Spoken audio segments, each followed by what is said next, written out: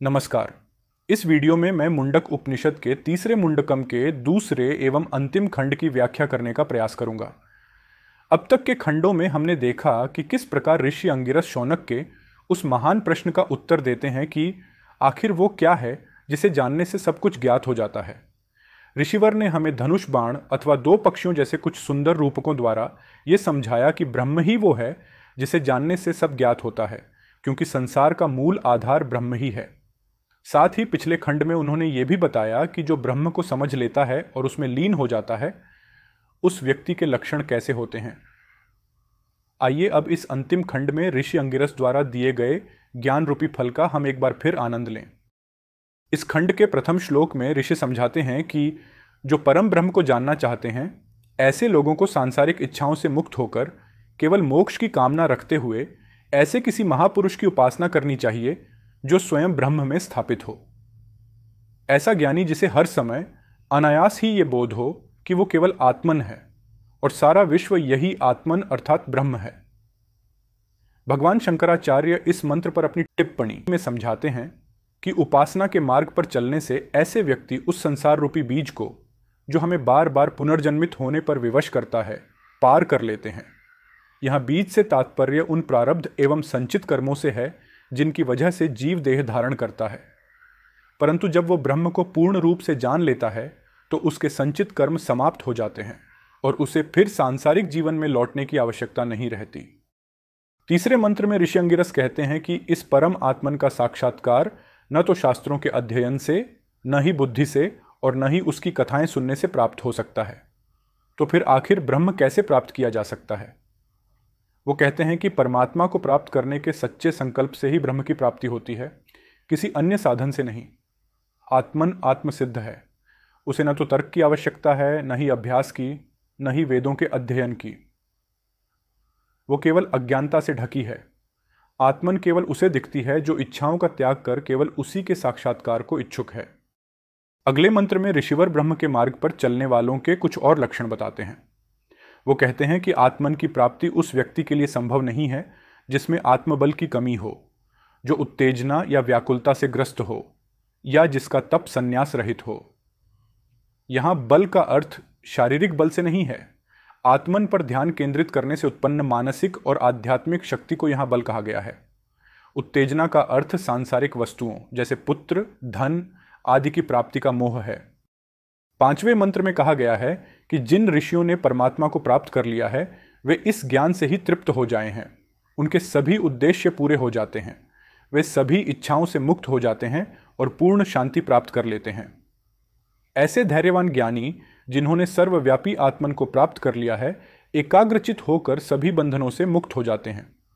उनकी आत्मन उस परमात्मा के साथ एक हो जाती है और वे इच्छा आदि के दोषों से मुक्त हो जाते हैं।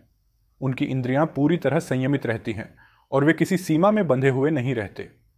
वे स्वयं को ब्रह्म के रूप में जान लेते हैं जो अद्वितीय और अनंत है।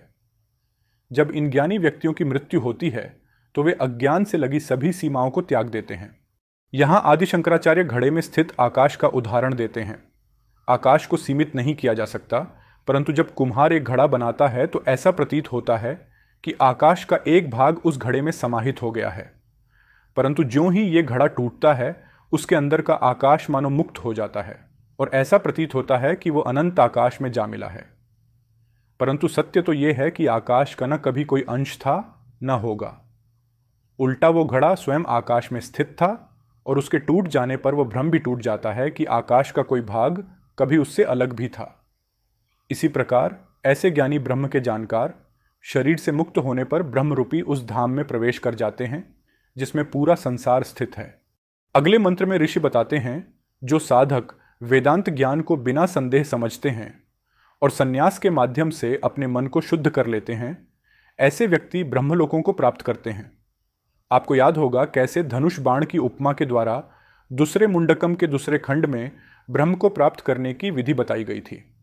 वो कहते हैं कि जब ऐसे ज्ञानियों का शरीर समाप्त होता है तो उनकी आत्मन सर्वोच्च अमर ब्रह्म के साथ एक रूप हो जाती है और वे सर्वत्र मुक्त हो जाते हैं।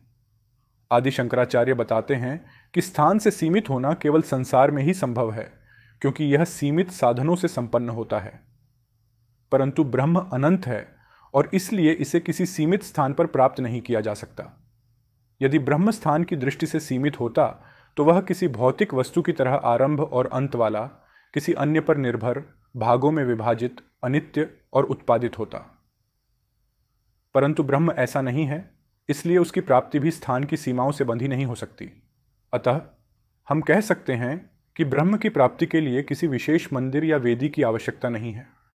7वें मंत्र में ऋषि कहते हैं कि जब मोक्ष प्राप्त होता है तो शरीर और प्राणों की उत्पत्ति करने वाली 15 कलाएं अपनी मूल अवस्था में वापस चली जाती है। इंद्रियों में स्थित सभी देव शक्तियां अपनी अपनी देवताओं के पास लौट जाती हैं और सभी कर्म और आत्मा सर्वोच्च और अविनाशी ब्रह्म से एक हो जाते हैं। शंकराचार्य बताते हैं कि ब्रह्म के ज्ञानी मोक्ष को केवल संसार, अज्ञान और इसके जैसे बंधनों से मुक्ति मानते हैं, न कि किसी नई वस्तु की उत्पत्ति।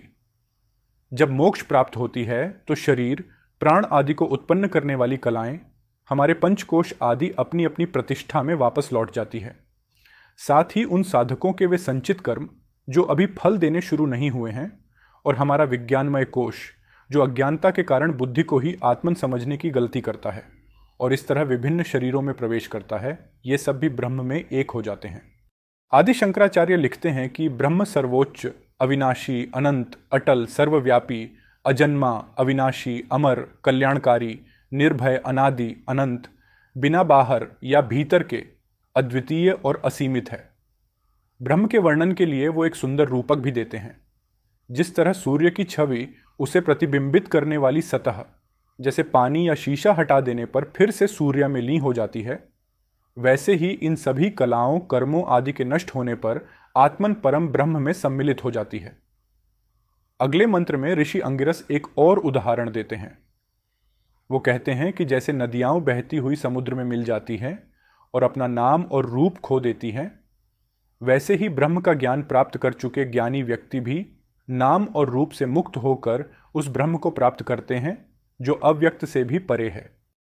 इसके उपरांत वो कहते हैं कि जो व्यक्ति उस परम ब्रह्म को जान लेता है वह स्वयं ब्रह्म बन जाता है और उसके वंश में कोई भी ऐसा व्यक्ति जन्म नहीं लेता जो ब्रह्म को न जानता हो।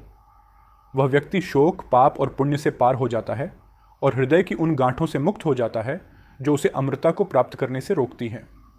शंकराचार्य इस पर टिप्पणी करते हुए समझाते हैं कि ऐसा कहा जा सकता है कि ब्रह्म की प्राप्ति में कई प्रकार की बाधाएं होती हैं और ब्रह्मज्ञानी के लिए भी किसी दुख के कारण या किसी अन्य प्राणी जैसे देवताओं के द्वारा कोई बाधा उत्पन्न हो सकती है जिससे वह मरने के बाद ब्रह्म को न प्राप्त कर सके।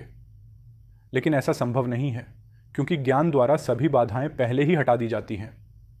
मुक्ति में केवल अज्ञान ही एकमात्र बाधा होती है क्योंकि यह आत्मा का स्वयं का स्वरूप है और शाश्वत है।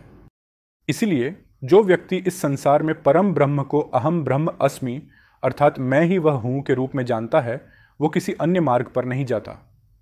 यहां तक कि देवताओं के लिए भी उसके ब्रह्म तक पहुंचने के प्रयास में कोई बाधा डालना असंभव है। जो ब्रह्म को जानता है वह स्वयं ब्रह्म बन जाता है।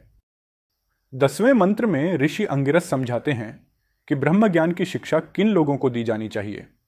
जो लोग वैदिक कर्मों का पालन करते हैं, जो शास्त्रों के ज्ञाता अर्थात श्रोत्रिय हैं, जो सगुण ब्रह्म अर्थात इष्ट देव या किसी भी भगवान की उपासना में लीन रहते हैं और निर्गुण ब्रह्म को जानने की इच्छा रखते हैं, वे ही इस ज्ञान को पाने के अधिकारी होते हैं। जो श्रद्धा से पूजा पाठ करते हैं उनके मन शुद्ध हो जाते हैं और वे शिक्षा ग्रहण करने के योग्य होते हैं। अंतिम मंत्र में उपनिषद बताता है कि ऋषि अंगिरस ने इस अविनाशी ब्रह्म की शिक्षा प्राचीन काल में शौनक को दी थी, जिन्होंने सही तरीके से उनके पास आकर इस ज्ञान के बारे में प्रश्न किया था। इसी प्रकार कोई भी गुरु इस ज्ञान को उस व्यक्ति को सिखा सकता है जो मोक्ष की खोज में है और जो इस उद्देश्य से गुरु के पास विधि पूर्वक आता है। आशा करता हूं कि आपको मुंडक उपनिषद की इस व्याख्या में उन महान ऋषियों के ज्ञान का एक छोटा सा अंश तो अवश्य ही मिला होगा। यदि आपको ये वीडियो अच्छा लगा हो तो कृपया इसे शेयर करना और लाइक करना ना भूलें और मेरे चैनल को सब्सक्राइब अवश्य करें। धन्यवाद।